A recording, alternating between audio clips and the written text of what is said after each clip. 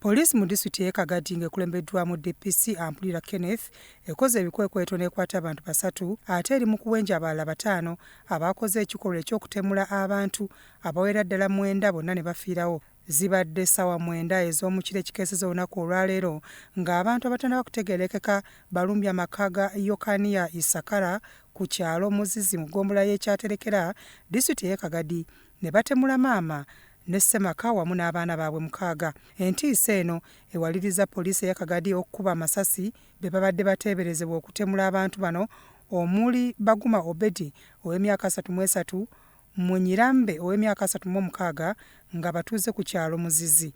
Okusinziira ku mwogezi wa poliisi mu bbendobendo ly'e Bunyoro Julius Hakiza Alan, bino byategeezezza eggwanga.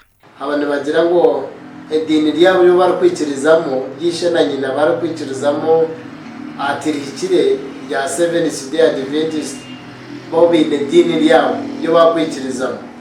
So bwijeho bakwata emihoro babatematema ishe wabo yafiiraho abandi babirukansise mu rwaro aho baferire.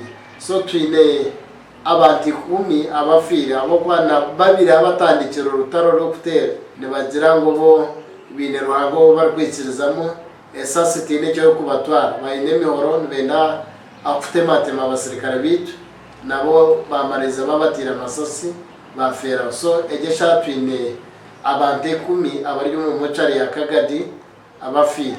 Ekisinze okwewuunyisa n'okwennyamiza abatemu bano batemudde n'omwana ow'emyaka 3 Masika Kabagenyi ow'emyaka 7 Muyindo Praise, Balike Ferdinand ow'emyaka 13, Kabugo Oliver wamu ne taata waabwe Yokania Isakara ow'emyaka 76 ne nnyabwe Kabuweera Nora ow'emyaka 64. Abatuuze bavumiridde ekikolwa kino ekibadde eky'obulabe n'ettemu.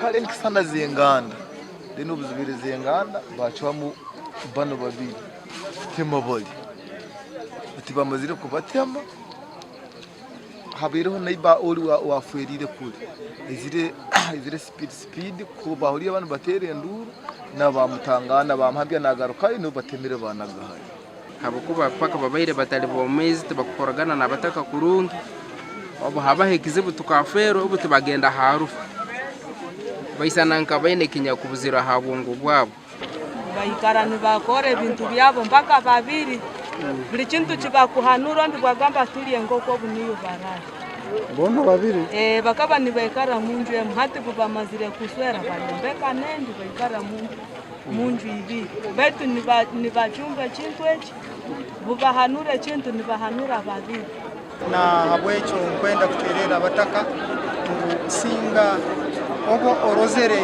ekintu muheyo report cyarikara abantu nkabo nuko government yongere ekekeho buli bokorora ngo bayihamo inkozi zebibi nkezo kurabiro muri UPDF na polisi kandi bari ababiri n'amana bitensiyona nabo bahendera barijiro munsi tubisiri kandi mbone ngire ngo tubagize bafira abo kwata atine kutubakwata babine mohoro kikabe cyankiza kuba kirungi kutubakwata konka twine wana abakari baje mbwene naboranga wabo nuko yahwata amani konka nekintu kya stane nekintu kiyano nekintu cyo butashoborokerwa abantu ba Muzizi mazima mwino kwerwanaho kureba ngo buri muntu yabasecurity wa mugenzi we. Abatemuddwa kati emirambo gyabwe gikumirwa mu ddwaliro ery'e Kagadi. Waliwo ebyasoose okufuluma nga biraganga bano babadde aba ADF amagye gabisambazze.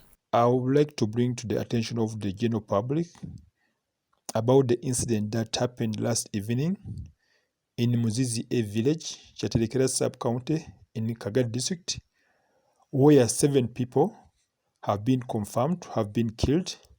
We commiserate with all Ugandans and the family members of those who lost their lives. Byayisingoma David, Crossroads TV, Omunyo.